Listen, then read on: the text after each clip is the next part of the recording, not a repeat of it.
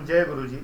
मैं डॉक्टर आनंद प्रदीक्षित आपके अपने brain train programme for UPSC से ये वीडियो अपलोड कर रहा हूँ और किसी चैनल को इसे अपलोड करने का अधिकार नहीं है, इलीगल होगा, मेरी इंटेलेक्चुअल प्रॉपर्टी है ये। आप फेसबुक पर शेयर कर सकते हैं, कोई प्रॉब्लम नहीं है। जो भी इससे संबंधित बातें आपको पूछना है इसी वीडियो के कमेंट्स में पूछेंगे। जब मैं कमेंट अप्रूव करूँगा तो वो अपीयर होगा। किसी बहस को मैं जन्म नहीं देता। I am not here to argue with you. I am here to tell you. I am here to teach you. So that no argument. आपको पूछना है पूछ सकते हैं, राय देना राय दे सकते हैं, लेकिन आर्ग्यूमेंट्स नहीं। मैं आपको आज बताने जा रहा हूँ टाइम मैनेजमेंट पर। मैंने पहले बताया, थोड़ा डिफरेंट वे में बता रहा हूँ। टाइम मैनेजमेंट को मैं दूसरे रूप में ये बता रहा हूँ कि सुबह उठते ही आप क्या करें, सुबह उठने से लेकर रात के सोने तक क्या करें। पहले तो आप सोना निश्चित कर लीजिए। मैं बहुत बार बोल चुका हूँ, जो मैं नॉर्मली कहता हूँ कि 1000 बार कह चुका हूँ, तो मैं 1000 बार कह चुका हूँ कि 6 घंटे से ज़्यादा सोना पाप है आपके लिए। 6 घंटे से ज़्यादा अगर आप सोते हैं तो आप में आईएएस बनने के गुण नहीं हैं। अब इसमें कोई छिटक के बोलने लगा कि मैं तो, कोई नहीं बोलेगा फिलहाल, क्योंकि यहाँ कोई आईएएस हुआ व्यक्ति नहीं है इस चैनल पर, तो इसलिए, और जो हुआ होगा वो सीरियस होगा, गंभीर होगा, वो ऐसी बातें बोलेगा नहीं, झूठ कोई भी कह दे। 6 आवर की स्लीप आइडियल स्लीप है जीवन भर। आप बहुत जीवन में प्रसन्न और खुश रहते हैं अगर आप 6 घंटे से ज़्यादा नहीं सोते। 6 घंटे सोइए। अब मुझसे उपाय मत पूछिए कि मैं क्या करूं क्या ना करूं, ये आप पर है। मैं आपको प्रेस्क्रिप्शन लिख रहा हूं, उस प्रेस्क्रिप्शन को इस्तेमाल करना आपके हाथ में। तो आप सुबह उठते हैं, कोई फार्मूला नहीं है। आप सुबह 4 बजे उठें, रात को 10 बजे सोएं, मुझे कोई फ़र्क नहीं पड़ता इससे, आपको भी कोई फ़र्क नहीं पड़ेगा। आप 6 घंटे सो रहे हैं, उसको चाय जैसे बांटिए। आपका शरीर अगर ये अलाउ करता है कि रात को 10 बजे आप सो के सुबह 4 बजे उठते हैं, आप पढ़ते हैं। ज़्यादातर लोग जो एल्डरली पीपल हैं वो यही कहते हैं कि सुबह 4 बजे उठ के पढ़ना बहुत फ़ायदेमंद है। मैंने बीएससी तक सुबह 4 बजे उठ के पढ़ा है और बीएससी के बाद मैंने कभी सुबह 4 बजे उठ के नहीं पढ़ा, और मैं बाद में पढ़ता रहा। लेकिन हाँ, ये ज़रूर है, 5 घंटे या 6 घंटे की नींद से ज़्यादा आज भी नहीं लेता मैं, तब भी नहीं लेता था। तो इसलिए मुझे समय की कोई कमी नहीं है, आपको भी कोई कमी नहीं रहेगी। चलिए एक हम आइडियल टाइम मान लेते हैं कि आप सुबह 6 बजे सो के उठे। आपके बहुत सारे काम होते हैं, आप कोई डिग्री ले रहे हैं, डिप्लोमा कर रहे हैं, कुछ भी कर रहे हैं, नौकरी कर रहे हैं, वो भी, तो वो समय इसी में शामिल होगा।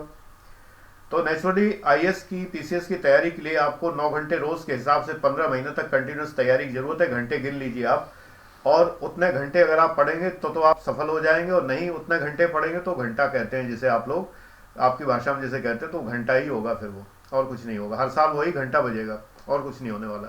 ये बहुत साफ बात है, इसको बिल्कुल आप लिख के रख लीजिए कि एकदम यही बात है बिल्कुल। तो आप 18 घंटे का मैनेजमेंट मैं आपको बता रहा हूँ। इसमें अगर आपका ऑफिस का टाइम है वो उसको कंसिडर नहीं कर रहा, मैं ये मान रहा हूँ आप ऑफिस नहीं जाते हैं, आप पूरा समय 18 घंटे आपके पास मौजूद है, उसको आप क्या करेंगे। या आप अपने संस्था नहीं जाते हैं, इंस्टीट्यूट नहीं जाते हैं, आप बीएससी जो भी ग्रेजुएशन पीजी वीजी जो भी कर रहे हैं वो नहीं कर रहे हैं। बाद में बताऊंगा कि उसके लिए क्या मार्जिन दिया जाएगा।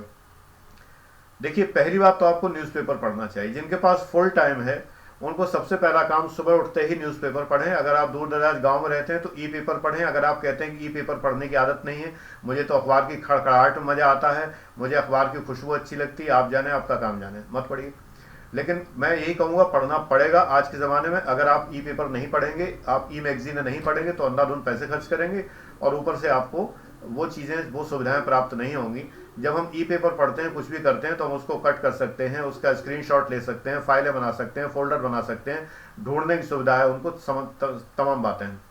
इसलिए समय के साथ चलिए। युवा पीढ़ी है, आप समय के साथ चलिए। आप बुजुर्ग नहीं हैं, वो खांटी बुजुर्ग जो एकदम अक्खड़ बिल्कुल, जो अपनी ज़िंदगी में हिलना नहीं चाहते, जो करते रहें ज़िंदगी में वही करना चाहते हैं, वो बुजुर्ग आप नहीं हैं। तो इसलिए आप थोड़ा सा मॉडर्न होकर चलिए।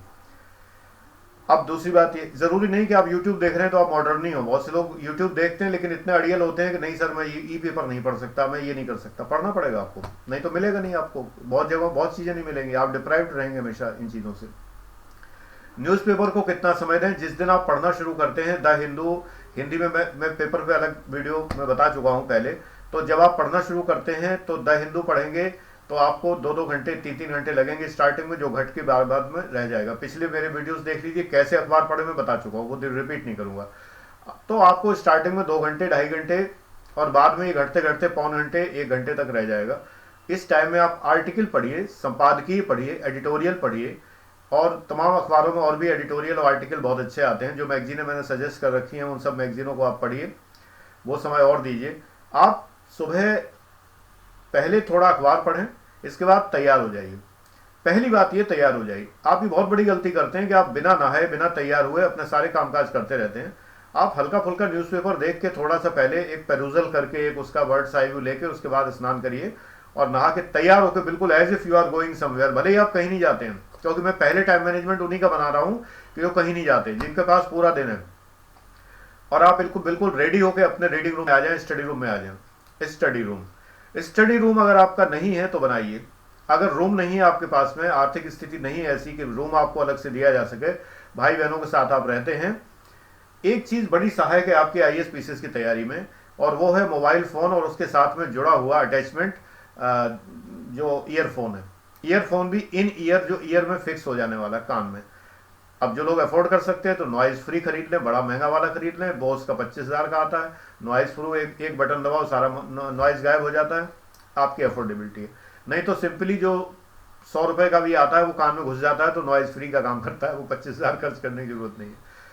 ये क्यों? क्योंकि अगर आप भाई बहनों के साथ में हैं और अगर आप जो हैं परिवार में शोरगुल हो रहा है, किस किस को आप डांटेंगे, किस किस को आप मनाएंगे, आप कान में लगाए ईयरफोन, हल्का सा म्यूजिक चलाइए। ऐसा म्यूजिक नहीं जो आपका ध्यान बटा दे, पता चला आप जो है सैड सॉन्ग सुनने लगे, ब्रेकअप सॉन्ग सुनने लगे और आपको अपना ब्रेकअप याद आ गया, पढ़ाई लिखाई रखी रह गई, वो सब हो गया। या लव सॉन्ग सुनने लगे, अपना लव याद आ गया, छोड़ छाड़ के फोन में लग गए, इसके बाद चले गए मिलने के लिए, हो गई पढ़ाई, हो गया टाइम मैनेजमेंट।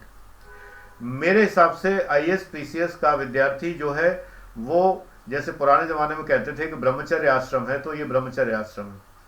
इसमें अगर आपके जीएफ बीएफ बहुत सारे दोस्त यार दोस्त हैं, तो मेरे ख्याल से इस करियर को छोड़ दीजिए तो ज़्यादा अच्छा है। उन लोगों के लिए छोड़ दीजिए जो ऐसे हैं, क्योंकि तो उनका कंपटीशन आसान हो जाएगा, सरल हो जाएगा। वैसे भी उनका कोई आपसे कंपटीशन नहीं है, क्योंकि अगर आप इन सब चक्करों में हैं तो सिलेक्ट तो होना नहीं है। वैसे भी इन सब चक्करों में रहने के बावजूद भी मुझे कोई टीना डाबी का या आर्तिका शुक्ला का किसी का एग्जाम्पल न दें, मुझे सारी चीज़ें पता है, आपको भी होनी चाहिए। इसलिए अगर आप उनका एग्जाम्पल लेते रहेंगे, पहले उनकी जैसी बुद्धि सोचिए सबसे पहले, और एग्जाम्पल मत सोचिए।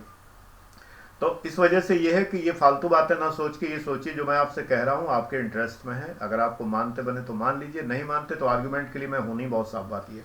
आई am not here for argument with you because you have no authority to argue with me, बहुत साफ बात ये। तो आप समय जो बिता रहे हैं, तो पहले आप तैयार हो जाइए, रेडी हो जाइए बिल्कुल। और रेडी होने के बाद आप अपनी स्टडी रूम में आ जाइए। रूम नहीं है तो कोने में आ जाइए। डिस्टर्बेंस होता है तो कानों में लीड लगाइए, अपने ईयरफोन लगाइए और उसके बाद अपना थोड़ा बहुत संगीत सुनिए जो आपको मन पसंद करता हो। किताबें उठाइए, लिखिए। लिखिए, बिना लिखे काम नहीं चलेगा महोदय मान्यवर, बिना लिखे गुजारा नहीं। लिखना शुरू करिए, बिल्कुल सीधे सीधे, कुछ भी याद करना है लिखना शुरू करिए, लिखते रहिए लिखते रहिए। उसमें कहा गया चरे वेती, मैं कहता हूँ लिखे वेती, लिखते रहो लिखते रहो। एक पेन का ऐड आता है, पहले पुराने टाइम में आता था, 20-21 साल पहले, लिखते लिखते लव हो जाए। तो एकदम लिखते लिखते लव हो जाए, जो चीज़ आप लिख रहे हैं उससे ऐसे लिखिए, लिखते रहिए। लिखेंगे आपके दिमाग से अच्छे से बैठेगा। एक और बात, आपकी लाइफ में दूसरों के लिखे हुए नोट्स नहीं होने चाहिए, बिल्कुल क्रॉस। अगर आप दूसरों के नोट्स पर सोचते हैं कि आप सेलेक्ट हो जाएंगे, आप बहुत बड़ी गलतफहमी में हैं, बहुत बड़ी। देर हो जाएगी, जब तक आप चेतेंगे तब तक देर हो जाएगी। नोट्स कैसे बनाएं, मैं वीडियो बना चुका हूं, पिछले मेरे सारे वीडियो खंगालिए, आपको मिल जाएंगे। नोट्स बनाइए खुद अपने आप, तब आप सेलेक्ट होंगे, तब तक नहीं होंगे अगर आप दूसरों के नोट्स के चक्कर में हैं। अगर आप सोचते हैं कि किसी के पढ़ाने से आप सेलेक्ट हो जाएंगे, मेरे ही पढ़ाने से क्यों नहीं, किसी के से, तो आप गलतफहमी में हो हैं। केवल पढ़ाने से आपको ज्ञान मिलता है, मोटिवेशन मिल सकता है।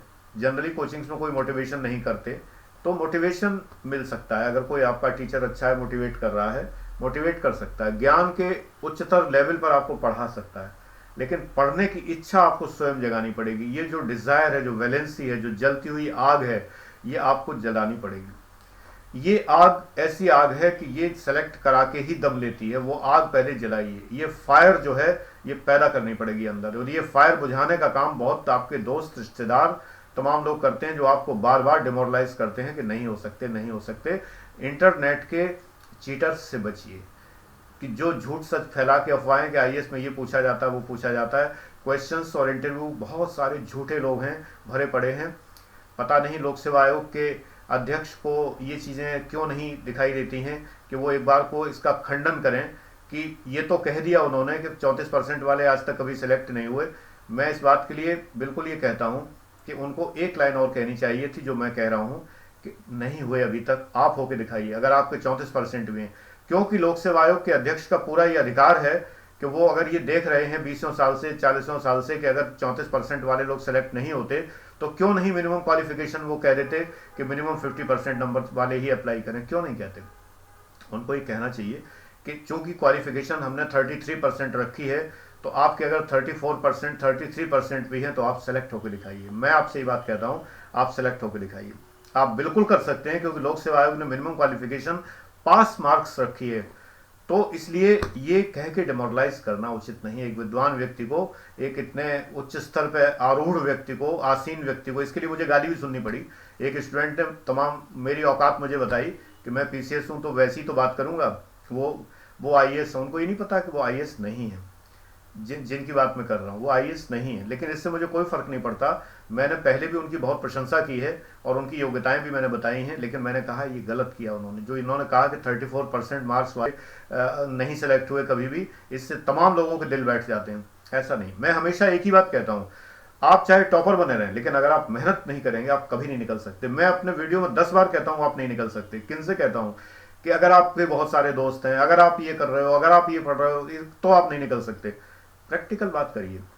और क्या उन्होंने वो वीडियोस नहीं देखे जो लोग लोक सेवा आयोग के इंटरव्यू की कितनी झूठ बातें बताते हैं? ऐसे वीडियोस नहीं देखे उन्होंने। उनको कहना चाहिए कि झूठ वीडियोस हैं, बच्चों इन बातों में मत आओ।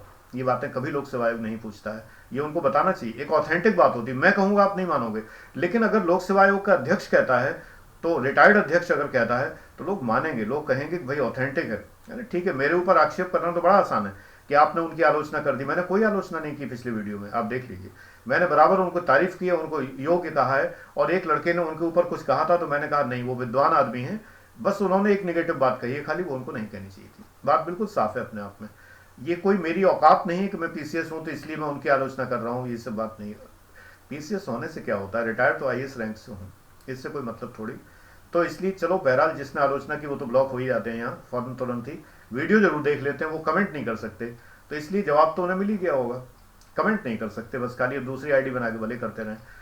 तो मुख्य बात यह है कि आप इन लोगों की बातों में मत आइए। आपको कोई डिमोरलाइज करे मुझसे पूछिए कि सर इस बात के लिए डिमोरलाइज कर रहे हैं लोग, मैं आपको जवाब दूंगा। हो सकता है मैं आपसे नाराज भी हो कि कहूँ कि आप किन लोगों को पछड़े पड़े हैं। जो लोग कह रहे हैं उनकी हैसियत क्या है, कभी पास हुए वो लोग? मैं कहता हूँ हमेशा बराबर कि कभी पास हुए वो लोग जो आपसे जो कुछ कह रहे हैं। आप लोगों के जीवन में सबसे बड़े दुश्मन आपके जो हैं वो लोग हैं जो हैं कुछ नहीं और आपको हर वक्त डिमोरलाइज करते हैं, हर वक्त आपको झूठ बताते हैं कि ये पूछा जाता वो पूछा जाता है। आप संकोचवश या उनके बड़े होने के कारण, अपने से ज्यादा उम्र के होने के कारण आप उनसे ये नहीं कह पाते कि खुद कभी निकले, खुद कभी पास हुए। आपको क्या पता क्या पूछा जाता है? तो वो कह देंगे मैंने मेंस दिया 3 बार इसलिए मुझे पता है क्या किया जाता है, 1 नंबर से रह गया था। इस बात को कोई प्रमाण नहीं। एनीवे, कितने बार मैं कह चुका हूं, कहां तक पकाऊं आपको ये सब कह के। फिर भी चूंकि नए लोग जुड़ जाते हैं तो 1-2 बार दोहरानी पड़ती है। तो आप इन लोगों से मुक्त रहिए, तभी आपके 18 घंटे सार्थक होंगे।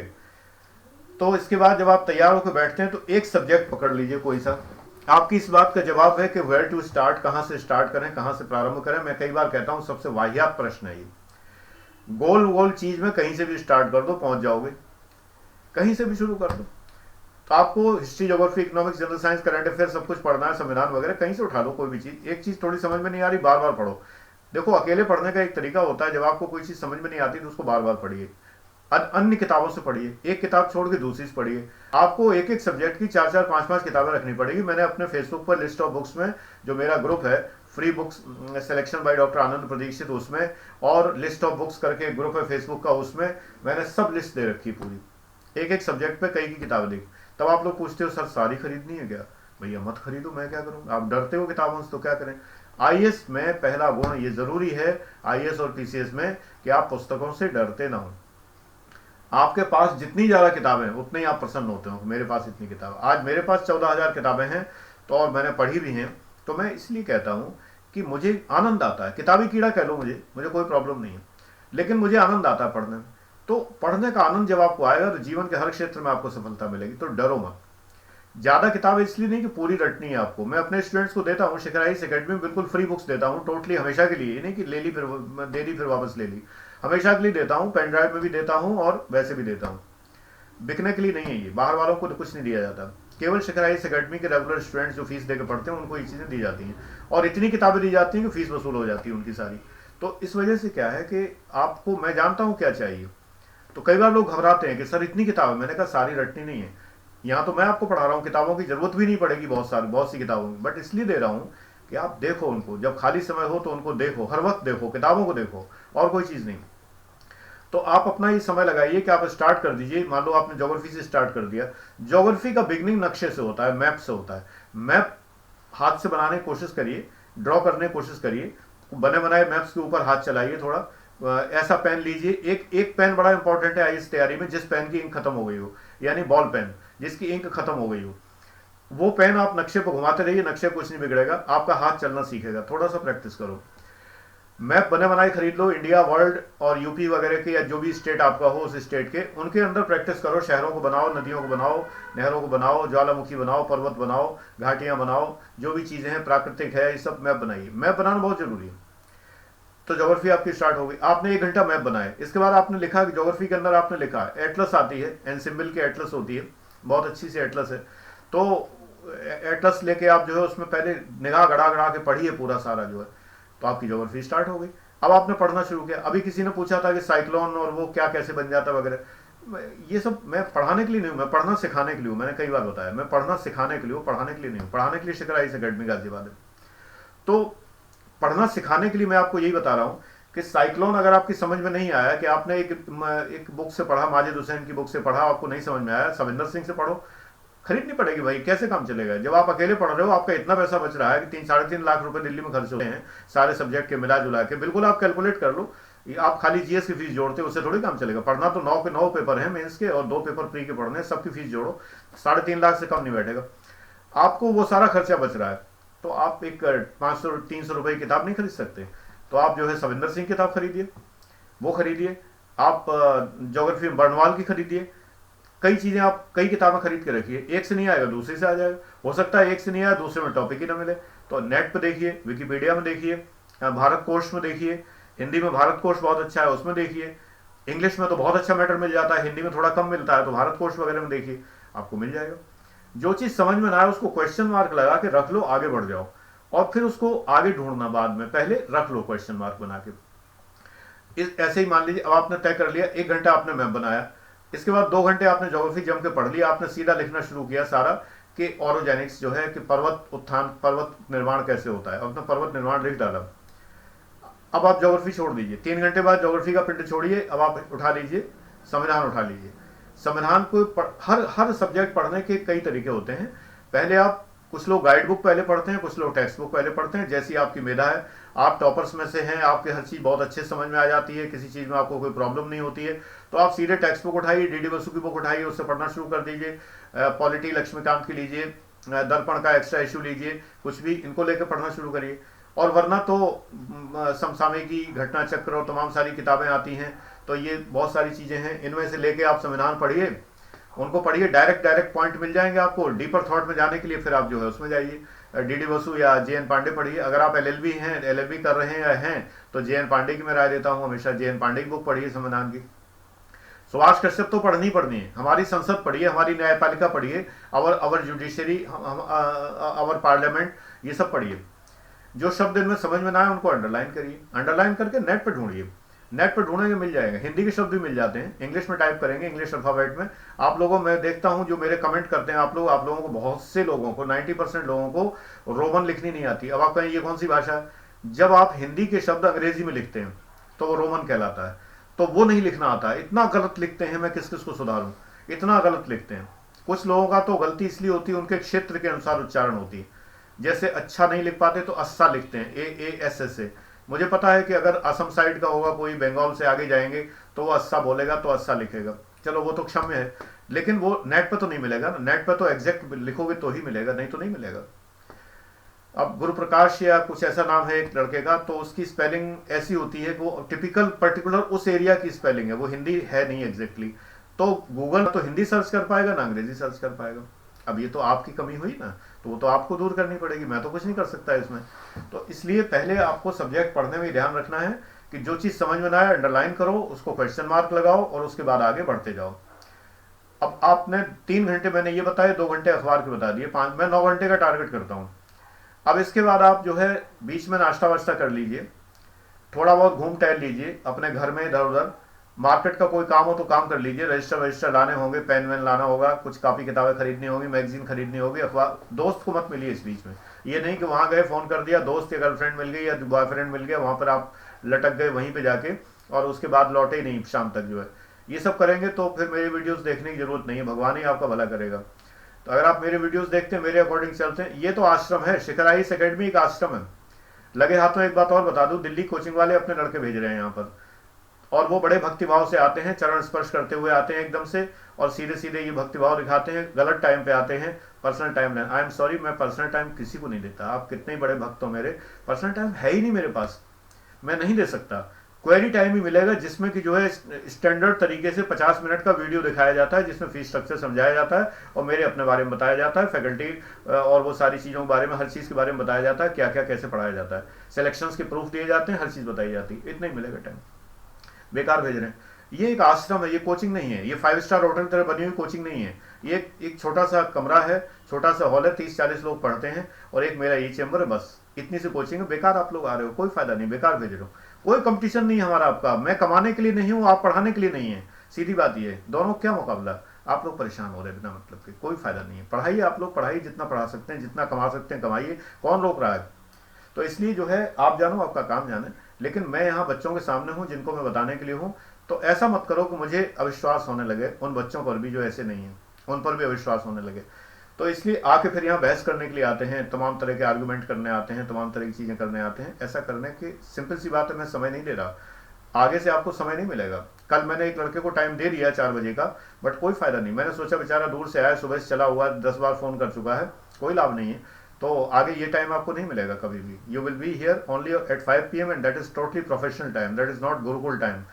तो ये गुरुकुल तरह पढ़ाई होती है यहाँ पर एक आश्रम की तरह पढ़ाई होती है। हमारे स्टूडेंट हमारी बात सुनते हैं तभी सिलेक्ट होते हैं, जो नहीं सुनते वो नहीं होते। तो आपको भी मैं यही कह रहा हूँ, अगर आप सुनते हैं तो आप सिलेक्ट होंगे, नहीं सुनते तो नहीं सिलेक्ट होते। इसलिए सिलेक्ट हो जाइए, you need not to go any coaching. आप लोगों में से कुछ लोग चिढ़ भी जाते हैं, बार बार सर कोचिंग की बात क्यों करते हैं। नेचुरली नए लोग जुड़ते हैं, आखिरकार 25,000 लोग हो गए हैं, 26,000 हो गए हैं, तो जुड़ तो रहे लोग लगातार, तो कुछ तो बात दोहरानी पड़ती है हमेशा। अब इसके बाद आपका जो दिनचर्या है, इसमें आप घूम फिर आइए और जो चीज़ें आपको खरीदनी है, अपने स्टॉक इन्वेंट्री मेंटेन करने के लिए वो कर लीजिए। खाने पीने की चीज़ें अपनी पास रखिए। अभी आपकी उम्र ऐसी नहीं है, ना आपको डायबिटीज है ना ब्लड प्रेशर है, कि आपको कोई चिंता नहीं है। आपको रिफ्रेशमेंट के लिए चाय अगर नहीं पीते, मेरी राय है कि पीजिए। मैं किसी चाय की कंपनी का कोई प्रचारक नहीं हूँ, लेकिन अगर आप चाय कॉफ़ी नहीं पीते हैं तो पीजिए, बिकॉज स्टिमुलेशन मिलता है, शरीर में थोड़ी गर्मी आती है, एनर्जी आती है। इनको पीजिए, प्रोवाइडेड डॉक्टर ने आपको मना ना कर रखा हो या आपको एसिड वैसिड ना बनता हो। अगर बनता है तो आप जानो, आपके स्वास्थ्य की चीज़ आप ज़्यादा जानते हो। और च्युइंगम खाते हो, कुछ भी हो, बुरी आदतें लगती हैं, लेकिन जो भी है स्टिमुलेशन के लिए, आपका उत्साह बना रहे, इसके लिए अगर आप कुछ खाते पीते हो तो वो अपने पास रखो अपने पास, ये ज़रूरी है। जिससे कि बार बार किचन उठ के ना जाओ, बार बार मम्मी से ना मांगो, या बार बार घर में ना मांगो, या अगर आप विवाहित हैं तो पत्नी को बार बार तंग ना करें। इसके लिए आप अपने जम के बैठिए। अब दूसरी बात, ये करते हुए आपके सामने एक चीज तुरंत ये आती है कि एक सब्जेक्ट पे आपने 3 घंटे दे दिए, अखबार को दे दिए, इसके बाद आप रिवीजन दीजिए। मैं रिवीजन को 9 घंटे में गिनता नहीं हूँ। आप कहेंगे ये तो आपने नई बात बता दी। बिल्कुल नई तो बताऊंगी रोज, तो रिवीजन को मैं नहीं गिनता। रिवीजन कोई टाइम है गिनने का। आप आराम से लेटे हुए हैं, आप मेज कुर्सी से उठ के आ जाइए, अपने बेड पर लेट जाइए, कंफर्टेबल हो जाइए, कंफर्टेबल होकर एक रजिस्टर उठा लीजिए, कल जो आपने नोट्स बनाए थे उनको रिवाइज कर लीजिए। मैंने एक वीडियो बनाया हुआ रिवीजन पर, रिपीट नहीं करूंगा, ढूंढो रिवीजन कैसे करते हैं, वो भी ढूंढो, टेक्निक है उसकी पूरी मैंने बताई हुई। रिवीजन करिए, रिवीजन करके रजिस्टर रखिए। देखो, एक मैं बहुत साइकोलॉजिकल बात बता रहा हूँ, स्पिरिचुअल बात बता रहा हूँ। पुस्तकों को जब आप हैंडल करें तो ऐसे हैंडल करें जैसे कि 1 महीने का नवजात शिशु है, छोटा सा बच्चा है, जिसको हम हाथ में लेते हैं तो संभाल के लेते हैं, गर्दन टेढ़ी ना हो जाए। किताब को उठाइए, पूरी श्रद्धा से उठाइए, भक्ति भाव से उठाइए। ये मेरी पुस्तक है, ये मेरा रजिस्टर है, ये मुझे सिलेक्शन देगा, ये मेरा भविष्य निर्माता है। ये नहीं है कि आप इसको सरस्वती माता की तरह से आप माथे से लगाएं। हो सकता है आपका धर्म आपको अलाउ ये ना करता हो, लेकिन आपका धर्म ये तो आपको अलाउ करेगा ना कि उसको बच्चे की तरह उठाएं। उसको ऐसे नहीं कि ये उठाया ये फेंका, ये उठाया ये फेंका, ये किताब ये सब, और किताब को देखते ही त्योरियां चढ़ जाना, और ये इतनी मोटी किताब है, क्या सर ने बता दी, इतनी मोटी किताब बता दी। ऐसे में पढ़ाई नहीं होती। ये आस्था का प्रश्न है। जब तक आपको आस्था नहीं होगी आप सेलेक्ट नहीं होते। आप कहेंगे 10 बार तो मैं ये कहता हूं आप सेलेक्ट नहीं होते, फिर भी कह रहे हैं कि मोटिवेट करते हैं। Yes, I am motivating you, क्योंकि मैं आपको उन दुर्गुणों से दूर रखना चाहता हूं जिनकी वजह से आप सिलेक्ट नहीं होते, उनसे मैं आपको दूर रखना चाहता हूं। क्योंकि मैंने एक बात बताई कि मैं आपको अपने बच्चों की तरह मानता हूं, तो जैसा अधिकार मैं बच्चों पे मानता हूं वैसे ही आप पे मानता हूं, इसलिए मैं कहता हूं। इसलिए बुरा लगने की बात नहीं है। केवल हम ये कहते रहे नहीं नहीं हो जाएगा, तो होता नहीं, कभी भी ऐसे कहने से नहीं होता, मेहनत करनी पड़ती है। रिवीजन करके नींद दोपहर में आपको लेनी है तो आधा घंटे आप नींद ले लीजिए, कोई समस्या नहीं। लेकिन आप 15 मिनट की सिएस्टा लेना सीखिए, जो दोपहर में नींद होती है हल्की सी। जबकि मैं आधा घंटे सोता हूँ क्लास के बाद, तो आधा घंटे मेरे लिए दिन भर के लिए रिचार्ज होता है पूरा। फिर मैं रात में सोऊंगा सीधे 12-1 बजे जो भी सोऊंगा, और तब तक के लिए मुझे कोई जरूरत नहीं है फिर किसी प्रकार की थकान की। ये आधा घंटा मुझे जरूरी है। तो आपको ये आदत डालनी चाहिए। मैं 5 मिनट भी सो सकता हूँ कभी कभी। शाम के 6:30 बजे के क्लास के पहले 6 बजे क्वेरी गई, क्वेरी के लोग आते हैं 6 बजे जाते हैं, तो इसके बाद मुझे आधा घंटा मिलता है। कभी कभी बहुत थकावट महसूस हुई तो मैं सिर्फ 10 मिनट की नींद निकाल लेता हूँ उसी दौरान। स्टूडेंट आते रहते हैं, बैठते रहते हैं क्लास में, मैं अंदर अपने चेंबर में यहीं पे 10 मिनट के लिए मैं सो सकता हूँ इसी चेयर बैठ के आराम से, कोई दिक्कत नहीं। जरूरत पड़ती है तो उस 10 मिनट में रिजुविनेट हो जाता हूँ, बिल्कुल रिचार्ज हो जाता हूँ। आदत डालिए। नहीं पड़ती कहने से काम नहीं चलेगा, डालिए तभी काम चलेगा। रात्रि आपके लिए बड़ी इंपॉर्टेंट है कि शाम को 7 बजे से लेके और रात के 12 बजे तक के 5 घंटे आपके लिए बड़े इंपॉर्टेंट हैं। मैंने 5 ही बताए और 5 ही बताए, 10 घंटे लगभग हो गए। थोड़ा बहुत टाइम स्टार्ट करने में हो जाता है, बीच का रिवीजन हो गया। दिन में आपके पास समय है, आप अपनी हॉबी पूरी करिए। आप गाना गाते हैं गाना गाइए, डांस करते हैं डांस करिए, स्टिचिंग करती हैं स्टिचिंग करिए। आपको अगर जो है कोई एम्ब्रॉयडरी का शौक है तो वो करिए। और आउटडोर गेम्स नहीं ठीक है, आउटडोर गेम्स में थकान बहुत आती है, और गेम्स एंड स्पोर्ट्स में वो ठीक नहीं है। आपको कोई भी हॉबीज है, गार्डनिंग की हॉबीज है, और कुछ भी वॉटेवर जो भी हॉबीज हैं आपकी, नॉवेल पढ़ना है आपको कोई मूवी देखनी है, इस दौरान देख लीजिए। बस ये कि एक बात है, मोक्ष किसको मिलती है? उसको जिसके मस्तिष्क में ईश्वर हर वक्त रहता है, हर वक्त के हे ईश्वर तेरी कृपा, हे ईश्वर तू है, हे ईश्वर तू ही है। जब ये होता है, एक ही बात होती है, जब मस्तिष्क में हर वक्त ये है, जब हर समय दिमाग में ये, तो ऐसे ही आपके दिमाग में जब हर समय है कि मुझे सेलेक्ट होना है, मुझे सेलेक्ट होना है, मुझे सेलेक्ट होना है, हे ईश्वर मुझे आईएएस बना, मुझे आप सेलेक्ट कराओ, और तो ईश्वर आपके दिमाग में वो विचार भेजेगा, आपको बैठने नहीं देगा। स्वप्न वो हैं कि जो सोने नहीं देते, सुनी होगी कहावत आपने। तो वही ऐसा ही आपका दिमाग होना चाहिए कि आप लगातार कंटिन्यूअसली आपके दिमाग में ये रहे कि मैं ये आनंद तो ले रहा हूं, मैं मूवी देख रहा हूं, मैं किसी के साथ में बैठा हूं, मैं खाना खा रहा हूं, मैं ये कर रहा हूं, लेकिन हर वक्त सांसों की माला फिर रही है लगातार कंटिन्यूअसली कि सांसों की माला मुझे तैयारी करनी है, मुझे सेलेक्ट होना है, मुझे सेलेक्ट होना है। ये सांसों की माला नित्य प्रति क्षण भर प्रति क्षण बराबर जाप चल रहा है कि I have to be selected, I have to be selected, I have to be selected. ये चल रहा है तब जब आप पढ़ नहीं रहे हैं। अगर पढ़ते समय ये जाप करोगे तो पढ़ नहीं पाओगे। इसलिए ये जाप तब करो, करना पड़ेगा पहले, फिर धीरे धीरे सांसों में समा जाएगा, आदत पड़ जाएगी, तब ये हाल होगा। और जब ये हाल हो जाए आपको जुनून तारी हो जाएगा, बिल्कुल ऐसा हो जाएगा कि आप एकदम जुनून में आ जाएंगे, मुझे तो पढ़ना है, मुझे पढ़ना है। आपसे सहा नहीं जाएगा कोई आपका टाइम बर्बाद कर रहा है, आपको बर्दाश्त नहीं होगा कोई आपको डिमोरलाइज कर रहा है, आप सह नहीं पाएंगे। आप हर वक्त एक भरोसा, एक बल, एक आस विश्वास, एक ही बात रहेगी केवल कि मुझे सेलेक्ट होना है, मुझे सेलेक्ट होना है, मुझे सेलेक्ट होना है। और जब ये सांस सांस से निकलने लगे तो आप सेलेक्ट हो जाएंगे। देख लीजिए करके एक बार। आप अगर ये करते हैं, दिनचर्या मेरे हिसाब से बनाइए। रात को आप क्या करेंगे, 5 घंटे जो मैंने बताए, दूसरा सब्जेक्ट उठाइए, 3 घंटे एक सब्जेक्ट, 2 घंटे एक सब्जेक्ट, 3 आवर्स एक सब्जेक्ट लीजिए। खाना भी खाएंगे बीच में, तो पूरे 5 घंटे आप नहीं कर पाते। 12 बजे सोना भी है, 6 बजे उठना, 12 बजे सोना, तो आपको उतना वही 9 घंटे मिलेंगे टोटल। मेरा पूरा कैलकुलेशन है बिल्कुल। तो आप आधा घंटे खाने के लिए रखिए। खाने में बहुत टाइम मत लगाया करिए, तैयार होने में बहुत टाइम मत लगाया करिए। अपने वातावरण को खुशनुमा रखें, बहुत जरूरी है। चाहे वो हल्के फुल्के परफ्यूम्स हो, चाहे कुछ भी। एग्जाम में इंटरव्यू में लगा के नहीं जाना। किसी ने पूछा था कि परफ्यूम लगा के जाएं, परफ्यूम लगा के मत जाइए, नहा के जाइए बस। खाली पसीने की बदबू दबाने के लिए परफ्यूम मत लगाइए। एग्जाम इंटरव्यू बोर्ड सड़ जाएगा बिल्कुल ही वहां पर जाके।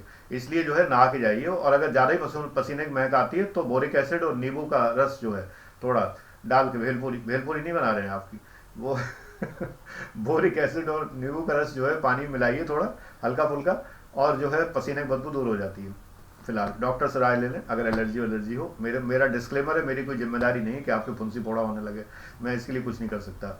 मैं करता हूँ, मुझे पता है कि अगर मुझे जो करना होता है मुझे मेरे लिए एक हल्का फुल्का डीओ काफ़ी होता है। इंटरव्यू मैंने कोई डीओ नहीं लगाया कभी भी, आई डिडेंट नीड। उस जमाने में होते भी नहीं थे डीओ, नहीं होते थे कोई, पाउडर होते थे खाली बस, और कुछ नहीं। पाउडर लगा सकते हैं आप बिल्कुल, जो है चेहरे पे नहीं शरीर पे लगा सकते हैं, वो पता भी नहीं चलेगा लोगों को। तो अपने कमरे को आप सुगंधित रखें, अगर आपको सुगंध अच्छी लगती है। फूलों से सजाएं, प्राकृतिक फूल अगर दिक्कत डालते हैं तो आर्टिफिशियल फ्लावर्स सजाएं। आपको सॉफ्ट टॉयज अच्छे लगते हैं तो अपने कमरे में रखें, मैं रखता हूँ सॉफ्ट टॉयज, रखें, आज भी रखता हूँ। आपको अपने कमरे में जो कलर पसंद है वो कलर स्कीम कराइए। आपको अपने रूम में अगर किसी प्रकार की कोई डेकोरेशन, घंटियां, चाइम्स, विंड चाइम्स पसंद है तो वो करिए, ये लगाइए, कोई नहीं रोकता इसके लिए। आपको खुशनुमा बनाइए, रहने लायक बनाइए, जीवंत बनाइए, जागता हुआ बनाइए, सोता हुआ नहीं, सड़ा हुआ नहीं कि थोड़ा सा बल्ब जल रहा है। टेबल लैंप जरूर रखिए, एक टेबल लैंप मस्ट है आपकी टेबल पर, जो फोकस करता है एक्चुअली, और वो ये बात मैंने बताई भी हुई है। और उसके अतिरिक्त रूम में लाइट आपकी अगर इनडायरेक्ट लाइट है, जैसे आप देख रहे हैं बैठा हूँ, ये इनडायरेक्ट लाइट है, कोई भी बल्ब हमारे यहाँ डायरेक्ट नहीं होता कभी भी, कोई भी लाइट डायरेक्ट नहीं है, सीधे आंखों पड़ने वाली नहीं है, पहले छत पे जाएगी या दीवार पे जाएगी, रिफ्लेक्ट हो जाएगी। तो एक बड़ी अच्छी सी आपके आसपास जो है प्रकाश की वर्षा होती है। ये जो प्रकाश की वर्षा है बड़ी अद्भुत होती है, बड़ा ही दिव्य अनुभूति होती है। तो इस प्रकार से, और मोड लाइटिंग अगर आपको अच्छी लगती है तो मोड लाइटिंग कर सकते हैं। मोड लाइटिंग होती है कि जिसमें कि लाइटें बदलती हैं, जैसे कि ये है, अब ये लाइट्स चेंज होती रहती हैं। मुझे मोड लाइटिंग पसंद है अपने आप में, तो मोड लाइटिंग भी करता रहता हूँ। फिलिप्स वगैरह के बल्ब आते हैं तो वो आपको रिमोट से आप उनको कर सकते हैं, मोड लाइटिंग कर सकते हैं अगर आपको अच्छा लगता है। डिपेंड करता है, आपको पढ़ना है चाहे कैसे पढ़िए, येन केन प्रकारेण, तो वही करना है। तो बस कैसे स्टार्ट करना मैंने बता दिया, और आपको दिन कैसे प्रारंभ करना है और दिन समाप्त कैसे करना है ये बता दिया।